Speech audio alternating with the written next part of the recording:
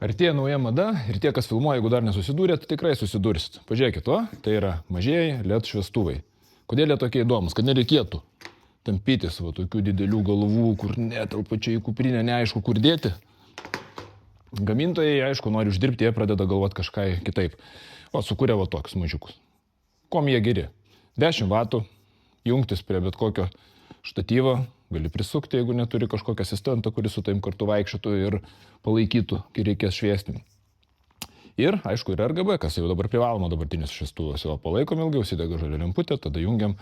Turim raudoną šviesą, turim standartinę baltą, turim šiltą šviesą. Galim savo pasišviesti, galim save paefektinti, galim šitaip, jeigu laukia nes pasišvietėjai, savo fotografuoji portretą. Keiti drama, linksmumas, zombiai, raganos, visi efektai yra.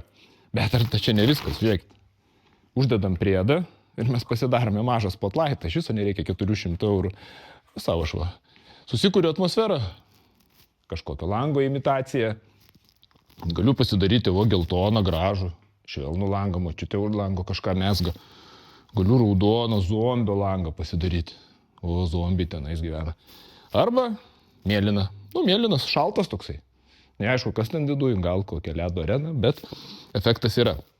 Tai už 70 eurų gauni pakraunamą, laiko 3 valandas, 10 vatų, mažiuką nešiojamą ledą. Ir aš galvoju, kad šiais metais gali būti labai populiarus dalykas. Spotlightas plus maža LED galvutė viename už 79 eurus. Perfekt.